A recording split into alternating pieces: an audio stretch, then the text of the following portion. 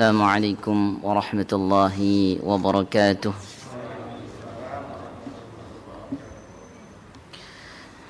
الحمد لله رب العالمين الذي خلق الإنسان بأحسن تقويم، وأشهد أن لا إله إلا الله وحده لا شريك له، وأشهد أن محمدا عبده ورسوله لا نبي ولا رسول بعده.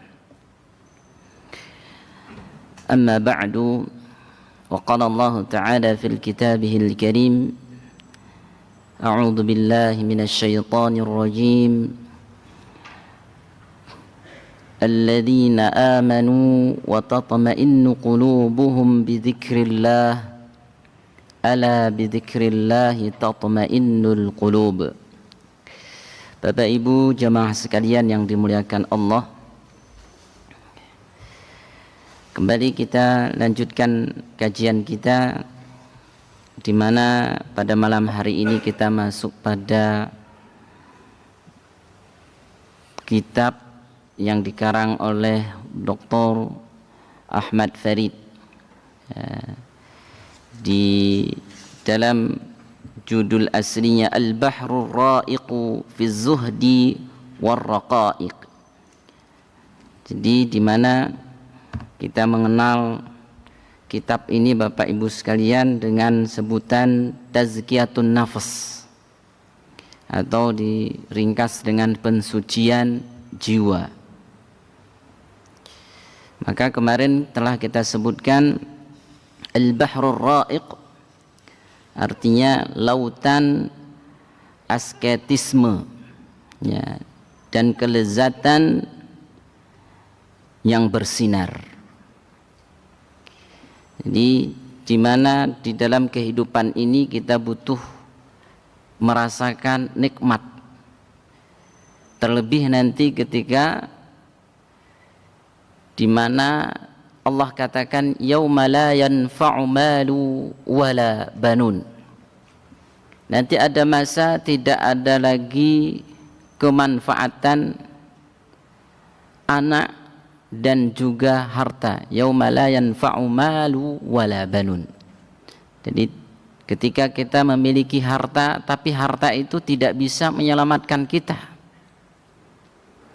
Ketika kita memiliki anak itu pula tidak bisa menyelamatkan kita. Kalau hari ini mungkin Bapak Ibu kita rasakan tidak ada uang, ya tidak bisa kemana-mana. Ini hari ini saat ini yang kita rasakan, apapun yang kita lakukan di dunia ini tidak terlepas dari fulus, tidak terlepas dari biaya yang dikenal dengan uang, termasuk belajar. Belajar Bapak Ibu sekalian tidak terlepas dari biaya. Bahkan ibadahnya kita kepada Allah juga ia tidak terlepas dari harta. Di antaranya yang kita kenal dalam rukun Islam ada zakat. Yang namanya zakat itu butuh harta. Begitu pula dengan haji. Haji juga butuh dengan harta. Maka kata Allah, nanti ada suatu hari yauma la yanfa', tidak lagi manfaat al-mal, harta. Sebagaimana hari ini kita akan rasakan kemanfaatan dari harta. Bahkan ketika kita memiliki harta Bapak Ibu, itu bisa lebih menyamankan kita secara finansialnya, secara fisiknya, secara dohiriyahnya, secara kasat mata itu akan menjadikan nyaman. Begitu pula dengan sebutan al-banin, anak. Ketika kita memiliki anak, anaknya soleh, anaknya baik, anaknya nurut, anaknya taat, ini sangat membahagiakan kita. Bahkan berapa banyak orang yang bekerja keras, lembur dalam kerjanya, yang ia pikirkan bukan hanya untuk dirinya, tapi yang ia harapkan adalah penantian buah hati yang akan menghibur melepur lara yang ada pada jerih payah yang ia usahakan hari itu. Untuk apa? Untuk anaknya. Untuk apa? Untuk keluarganya. Untuk apa? Untuk buah hatinya yang itu menyenangkan ketika ia pandang, ya, akan menghibur ketika ia sedih. Ini fungsi anak. Makanya Allah katakan anak itu bagian dari la'ibu walahun. Anak itu bagian dari memang permainan. Jadi kadangkalanya Bapak Ibu, berapa banyak di antara kita lupa kepada Allah karena ngurusin anak. Dan juga terbukti kadangkalanya ketika melihat ayahnya dalam kesusahan, juga berapa banyak juga orang anak kadang memang segera menyelamatkan ayahnya, segera akan membantu berjuang untuk ayahnya ketika di dunia. Begitu pula dengan ibunya, ia tidak rela melihat ayahnya tercengkeram dalam kesulitan, melihat ayahnya dalam derita kesusahan. Ini juga banyak kita dapatkan. Tapi ternyata Allah katakan nanti ada suatu hari tidak lagi manfaat al-banin, anak ini tadi. Ia tidak bisa menyelamatkannya. Ia tidak bisa lagi membayar orang tuanya agar dikeluarkan dari siksaan Allah di api neraka. Ini Masya Allah. Ini sebagai gambaran bagi kita Bapak Ibu, hidupnya kita ini cerminan hidup nanti di masa yang abadi, yang dikenal dengan akhirat. Kalau hari-hari ini kita suka menunda, menghiasi hidup ini dengan makar-makarnya kita, alasan-alasan kita untuk tidak rukuk sujud kepada Allah, maka kelak juga di hari kiamat sama, Allah balas dengan apa yang kita lakukan. Maka kerap kita dengar kalimat al-jaza min jinsil amal, balasan yang kita dapatkan itu tidak terlepas dari apa yang kita lakukan, dari apa yang kita perbuat, itulah yang hasil nanti kita akan bisa nikmati. Maka berapa banyak disebutkan Bapak Ibu sekalian berkenaan tentang hari kiamat nanti. Ada orang itu diberikan gambaran oleh Allah seperti salah satu melewatin sirat. Di pandangan matanya Bapak Ibu, sirat itu terlihat lebar. Seolah-olah ketika dia melangkahkan kaki, begitu cepat dia akan mencapai tujuan. Ini makar yang Allah berikan kepada dirinya karena dia suka ketika di dunia diperintahkan oleh Allah taat, dia membuat seolah-olah dia melakukannya, padahal pada hakikatnya dia tidak berbuat untuk Allah Subhanahu wa ta'ala. Maka begitu pula Allah berikan ujian kepada dirinya ketika nanti melewatin syirat. Ternyata pas dilangkahkan kakinya nyemplung, jatuh. Begitu juga kadang-kalanya di padang mahsyar, dia lihat seolah-olah itu dingin, sejuk. Ketika dia masuk ke tempat itu ternyata tidak sesuai dengan apa yang ia pandang, apa yang ia lihat. Kenapa? Karena ketika di dunia ini dia berbuat bukan untuk Allah Subhanahu wa ta'ala. Yang ia lakukan adalah untuk dunianya saja. Yang ia kejar hanya bagaimana dunia ini dapat ia miliki. Ini yang terus dia bergigih, berjerih payah, berletih-letih untuk meraihnya. Nah Bapak Ibu sekalian yang dimuliakan Allah, ternyata ketika kita tadi berbicara tentang nikmat, tidak ada nikmat yang dapat kita rasakan senikmat-nikmat mungkin, melainkan karena adanya ridha dari Allah. Oleh karenanya Allah Subhanahu wa ta'ala mengatakan di dalam buku kita yang kita lihat di muqaddimah, Bapak Ibu, pengarang menuliskan satu ayat yang disebutkan di surah Ar-Ra'd di ayat 28 yang tadi di muqaddimah kami bacakan.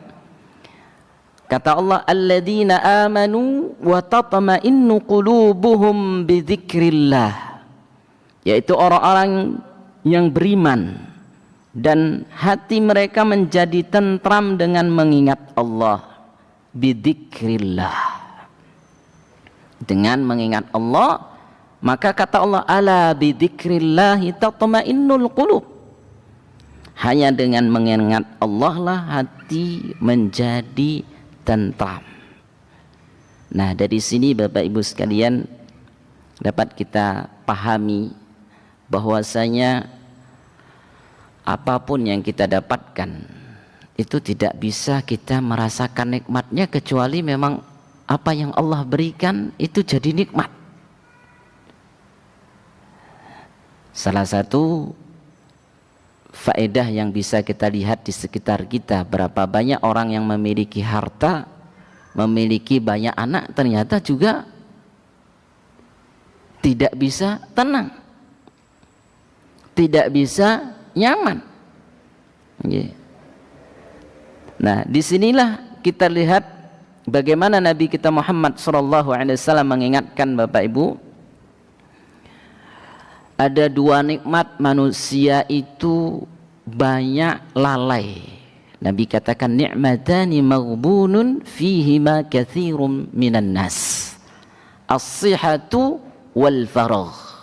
Faedahnya Bapak Ibu di konteks ini, Nabi kita Muhammad sallallahu alaihi wasallam tidak menyebutkan harta, tidak pula menyebutkan anak. Ternyata nikmat terbesar di antara nikmat, tapi manusia itu banyak lalai, yaitu nikmat sehat dan nikmat waktu luang. Kenapa demikian? Karena mendapatkan nikmat luang itu otomatis langsung Allah beri. Nikmat waktu luang, nikmat sehat ini langsung spontan Allah yang langsung berikan kepada kita. Tapi kita banyak lupa. Dengan inilah akan dapat kita rasakan nikmat ketika nikmat sehat itu kita gunakan dalam ketaatan kepada Allah. Bapak Ibu sekalian yang dimuliakan Allah,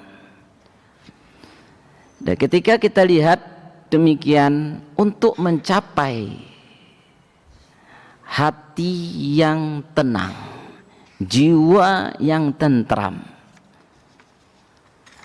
berarti kita bisa pahami butuh proses untuk dekat kepada Allah.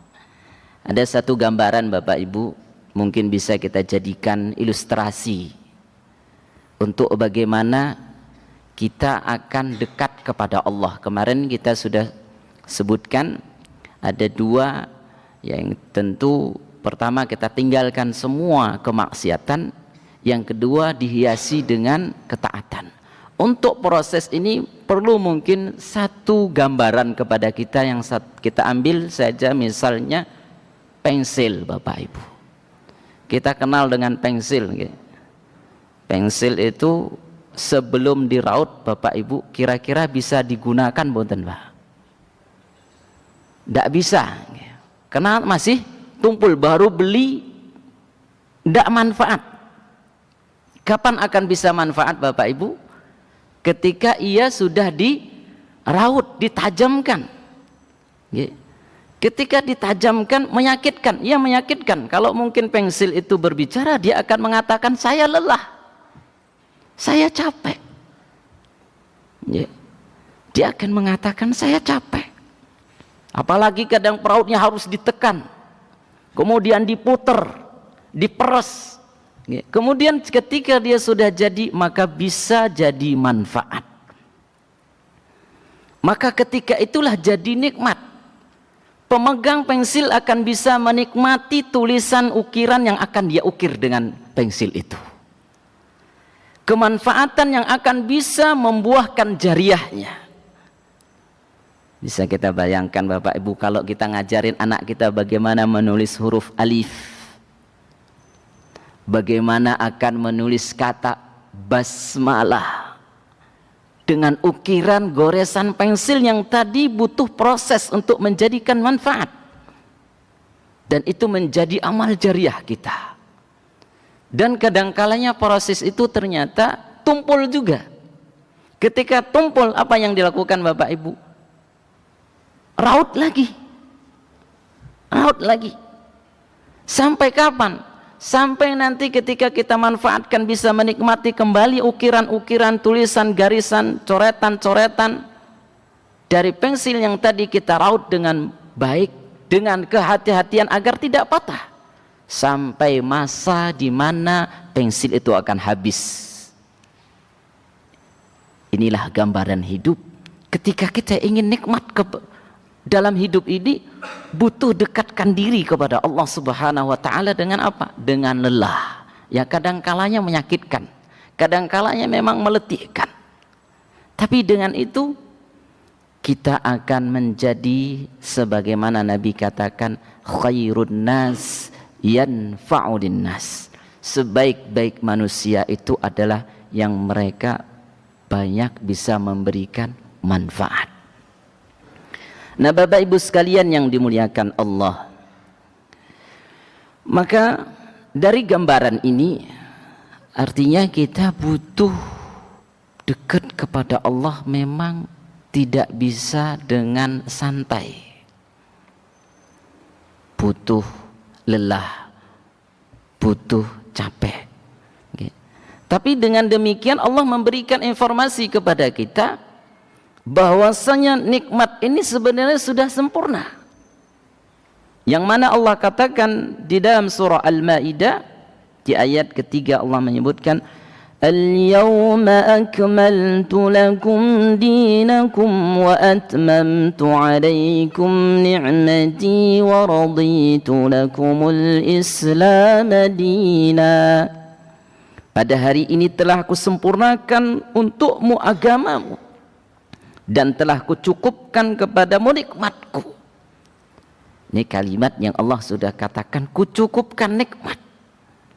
Artinya Allah sudah memang menakdirkan kepada kita ketika kita action di dunia ini, artinya beraktivitas sebagaimana kemarin sudah kita sebutkan firman Allah yang Allah katakan, Qul inna salati wa nusuki wa mahyaya wa mamati lillahi rabbil alamin.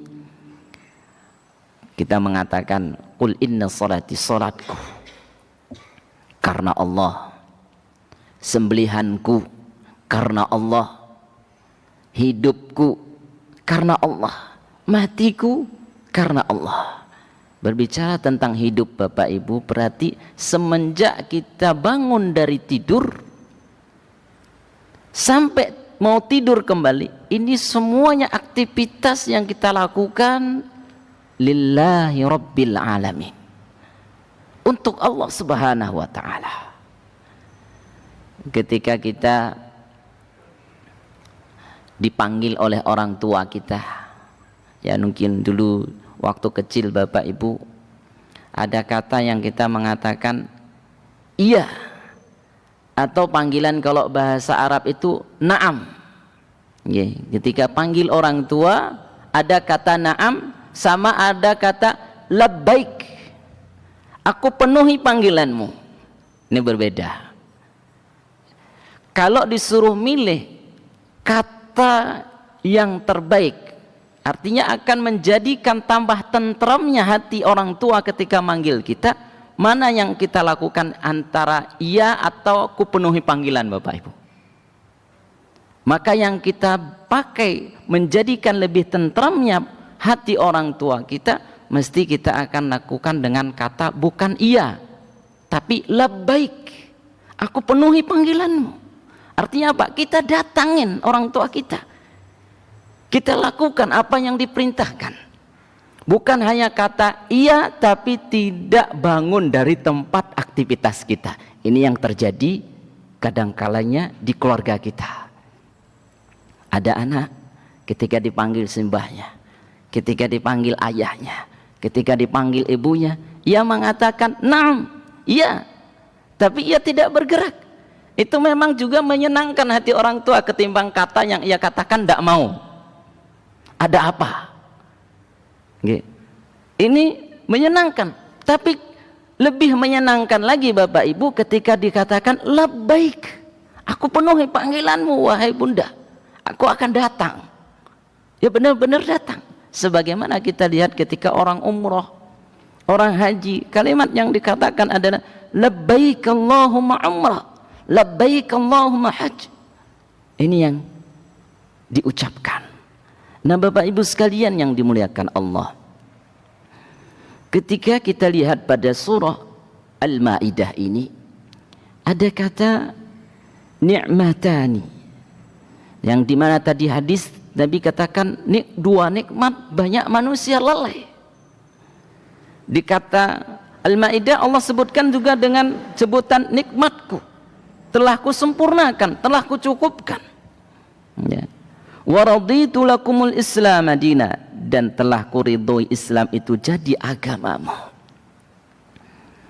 Artinya kita sudah dipilih sama Allah, bisa merasakan manisnya Islam, manisnya keimanan. Ketika kita keluar dari rumah Bapak Ibu, kita rangkahkan kaki kita dengan mengucapkan Bismillahi tawakkaltu ala Allahi la hawla wa la quwwata illa billah.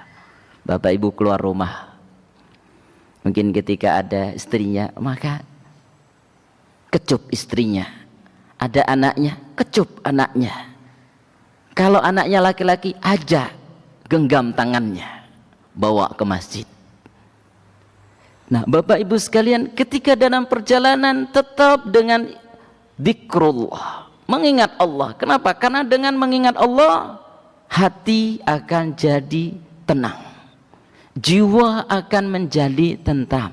Maka dalam perjalanan pun, berangkat ke masjid, kalau Bapak Ibu naik motor, membawa kendaraannya, akan membaca doa Bismillahi sakhkhara lana hada wa ma kunna lahu muqrinin wa inna ila rabbina lamunqalibun. Alhamdulillah, alhamdulillah, alhamdulillah, Allahu akbar, Allahu akbar, Allahu akbar, dan sebagainya. Ini doa ketika kita berangkat ke masjid, ketika kita jalan juga sama, ketika naik kendaraan juga sama. Ketika kita berjalan Bapak Ibu, kita akan baca doa Allahumma ja'alni nuran an yamini nuran an shimali nuran an amami nuran amin khalfi nuran amin tahti nuran amin fawqi nuran an amami nuran al jasadi nuran Allahumma ja'alni nuran ala nur. Ini kita baca, Masya Allah Bapak Ibu. Kita baca doa lagi dengan doa berlindungan kepada Allah. Allahumma inni an adillah au udalla au azilla au uzalla au adalla au adilla au ajhala au yujhala alayya. Ini ketika itu kita lakukan, insya Allah nikmat. Nikmatnya berbeda, keamanannya berbeda. Kenapa? Karena komplit. Dari tadi ketika kita keluar rumah, ya Allah, aku keluar dari rumah ini dengan menyebut namamu. Kuserahkan semuanya untukmu, diriku, hartaku, anakku, istriku, rumahku. Masya Allah. Jadi ketika lihat rumah Bapak Ibu, di antara memang hisab besok di hari kiamat adalah rumah. Di mana rumah kalau tidak pernah digunakan dalam ketaatan, rumah akan protes. Dan Allah akan bertanya kepada kita, engkau apakan rumahmu? Apakah rumah yang hari ini kita berteduh di dalamnya, merasakan nyaman di dalamnya, benar-benar kita gunakan untuk mengingat Allah, dan itulah hakikat dari ketenangan jiwa? Atau sekedar rumah itu kita gunakan untuk berdialog, memperkaya diri di dunia ini saja, menyimpan harta-harta yang mungkin dilarang oleh Allah Subhanahu wa ta'ala. kita tidak pernah mengajarkan kepada istri kita, atau sang istri tidak pernah mengingatkan sang suami untuk taat kepada Allah, atau tidak mengajarkan kepada anak-anak akhlak yang mulia yang dicontohkan oleh Nabi kita Muhammad SAW. Maka kalau tidak ada itu, tentu Bapak Ibu sekalian, ini akan menjadi pemberat dalam ketenangan jiwa kita. Kalau itu sudah kita lakukan, insya Allah proses untuk menjadi kenyamanan tadi lambat laun nanti akan dikit demi sedikit itu akan terurai masalahnya. Kenapa? Karena ada keimanan, dan keimanan itu betul-betul kita lebay, kita datangi Allah Subhanahu wa taala, bukan hanya kata na'am, bukan hanya sekedar iya, kita ini Islam, kita ini beriman, bukan hanya sekedar itu, tapi benar-benar keislaman kita, keimanan kita, kita aplikasikan pertama di diri kita, dalam keluarga kita, di rumah kita. Maka ketika kita keluar Bapak Ibu, anak-anak kita sudah terbiasa ucapan itu. Keluarga kita di rumah itu sudah tidak asing dengan kata, ketika masuk ke rumah pun kita datang, ya sudah menyambutnya dengan keceriaan. Kenapa? Ada ketenangan jiwa, malaikat menaungi kita. Rumah kita selalu dihiasi dengan rahmat Allah. Kenapa? Ketika kita masuk pun kita mengatakan Bismillahi kharajna wa Bismillahi kharajna ala Allahi tawakkalna. Ya Allah, aku keluar tadi karenamu, dan aku masuk ke dalam rumah ini juga karenamu ya Allah. Masya Allah Bapak Ibu sekalian yang dimuliakan Allah, ketika hal ini kita sadari nikmat sebenarnya sudah sempurna Allah berikan kepada kita, hanya kadang kita ini banyak yang memang tidak sabar untuk mencapai proses kemanfaatan dari nikmat yang Allah telah berikan kepada kita, yang Nabi tadi sebutkan, yang tadi yang kita baca, dua nikmat, yaitu sehat. Oleh karenanya Bapak Ibu, dalam proses ini tadi tidak terlepas minimal 4 perkara Bapak Ibu. Yang pertama itu adalah jiwa kita, yang kedua yaitu akal kita, yang ketiga badan kita, yang keempat itu mental kita. Dan semua ini butuh proses untuk mendapatkan ketenangan. Yang pertama yaitu jiwa. Tadi kita sudah sebutkan dalam kitab kita ini, telah dituliskan juga di surah Ar-Ra'd, hati tidak akan menjadi tenang kecuali hanya mengingat Allah. Artinya spiritual, dari wiritan-wiritan kita, dari etika kita, sikap kita dalam keluarga. Walaupun tadi kata Bapak Ibu, kalimat iya sama saya penuhin panggilan itu sama-sama baik, tapi ada tingkatan yang lebih baik.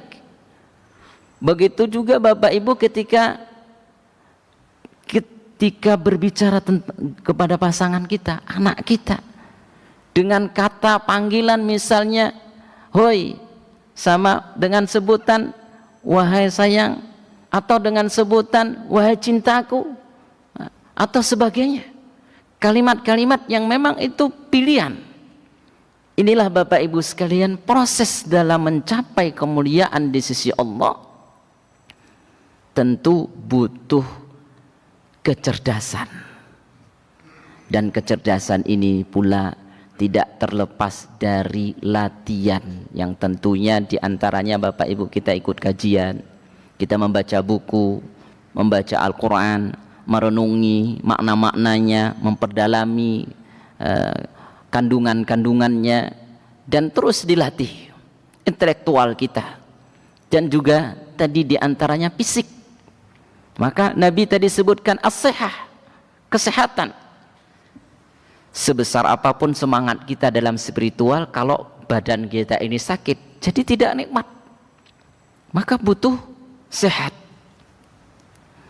Di antara Bapak Ibu sekalian, doa setiap pagi dan petang Kita minta kepada Allah, Allahumma inni as'aluka khaira hadzal yawm, fathaha wa nasraha wa nuraha wa barakataha wa hudaha wa a'udzu bika min syarri ma fiha wa syarri ma ba'daha. Masya Allah. Ketika kita dalam zikir pagi petang Bapak Ibu, tidak terlepas di antara doanya adalah doa ini. Bahkan ada juga doa, Allahumma astur aurati wa amin rawati, Allahumma ihfazni min baini yadayya wa min khalfi an yamini an shimali, dan sebagainya.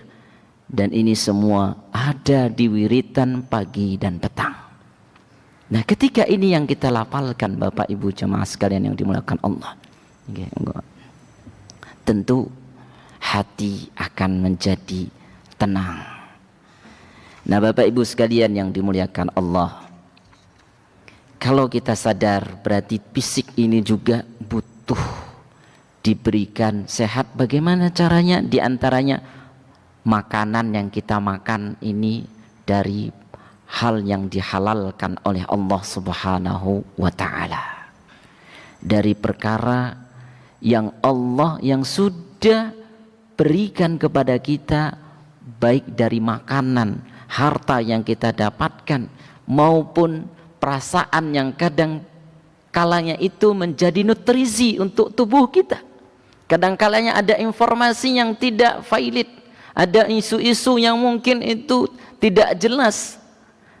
Ini kalau kita tidak barengi dengan spiritual, kemudian akal yang baik untuk menerima informasi, kadang kalanya semua itu ketelen, masuk ke hati dan menjadi beban, menjadi penurun imun. Awalnya mungkin sehat Bapak Ibu sekalian, karena yang dibisiki di jiwa kita hanya keburukan. Mungkin dengan misalnya sang suami kok agak telat pulang ke rumah, sang istri tumbuh pikiran-pikiran yang mungkin akan dapat memberikan downnya fisik, artinya turunnya mentalitasnya, akan turunnya imunitasnya. Nah, dari sini Bapak Ibu sekalian butuh kecerdasan untuk mendukung kekuatan fisik. Artinya apa? Berprasangka baik kepada Allah Subhanahu wa ta'ala.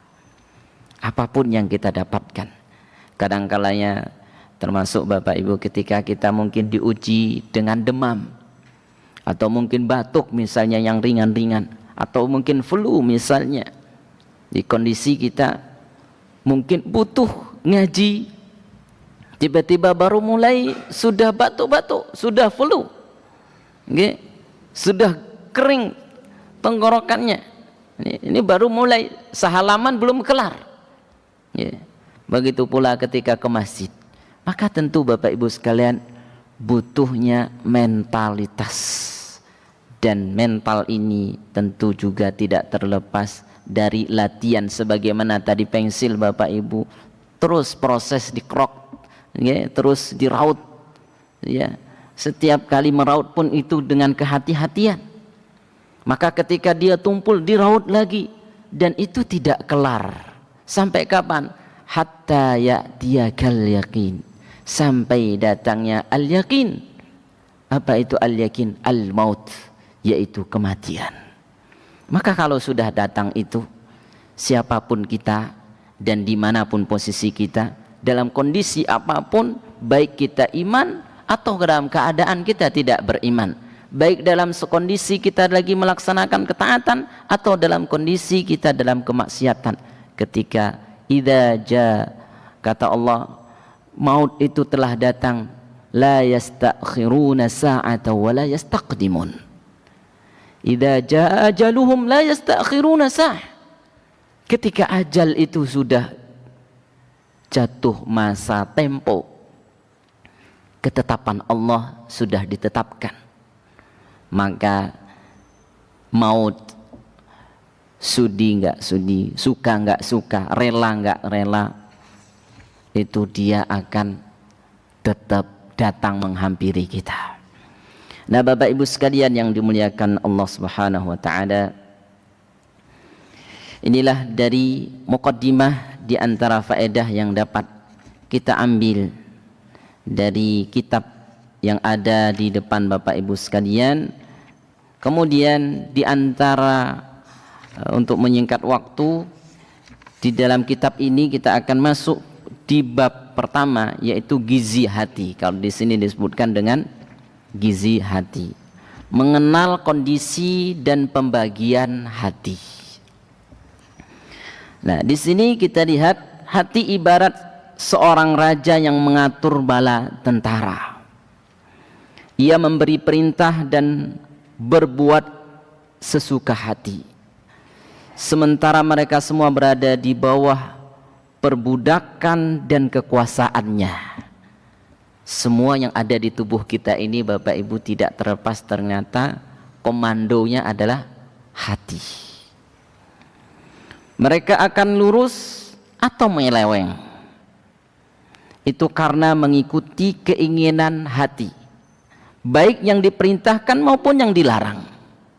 Sebagaimana kita lihat dalam hadis Nabi SAW menyebutkan, ala wa inna fil jasadil mudghah idza salahat salahal jasadu kulluh wa idza fasada al jasadu kulluh ala wahya al qalbu. Nabi SAW mengatakan, ala wa inna fil jasadil mudghah, ketahuilah, kata Nabi SAW, bahwa di dalam jasad manusia terdapat segumpal daging. Idza salahat salahal jasad kulluh, kiranya segumpal daging itu baik, maka baik pula seluruh jasadnya. Wa idza fasadal jasad kulluh ala wahyal qalbu, dan jika ia rusak maka rusak pula seluruh jasadnya. Ketahuilah, kata Nabi, ala wahya al-qalbu, yang segumpal ini tadi adalah hati. Nah, dari sini Bapak Ibu sekalian yang dimuliakan Allah, hakikat dari kebahagiaan pertama yang patut kita sadari adalah itu datangnya dari Allah Subhanahu wa ta'ala, dan penyebabnya adalah kita. Di antara indikator utamanya adalah ada di jiwa kita, ada di organ tubuh kita yang dikenal dengan hati. Maka semoga dengan sedikit ini Bapak Ibu sekalian ada gambaran kepada kita, dan insya Allah pertemuan berikutnya nanti kita akan bahas tentang pembagian hati. Seperti apakah hati yang memang akan menghantarkan kepada jiwa yang tenang, sebagaimana Allah panggil orang-orang yang masuk surga adalah jiwa yang tenang, yang Allah sebutkan di surah Al-Fajr di awal kajian kita yang kita pernah sebutkan, irji'i ya ayatuhan nafsul mutmainnah, wahai jiwa-jiwa yang tenang, kembalilah kepada Allah. Demikian Bapak Ibu sekalian yang dimuliakan Allah, lebih dan kurangnya kami aturkan maaf. Wassallallahu ala nabiyina Muhammadin wa ala alihi wa sahbihi wa barik wasallim, wa akhiru da'ana alhamdulillahi rabbil alamin. Subhanakallahumma bihamdik, asyhadu an la ilaha illa anta astaghfiruka wa atubu ilaik, wa billahi taufiq hidayah. Wassalamu alaikum warahmatullahi wabarakatuh.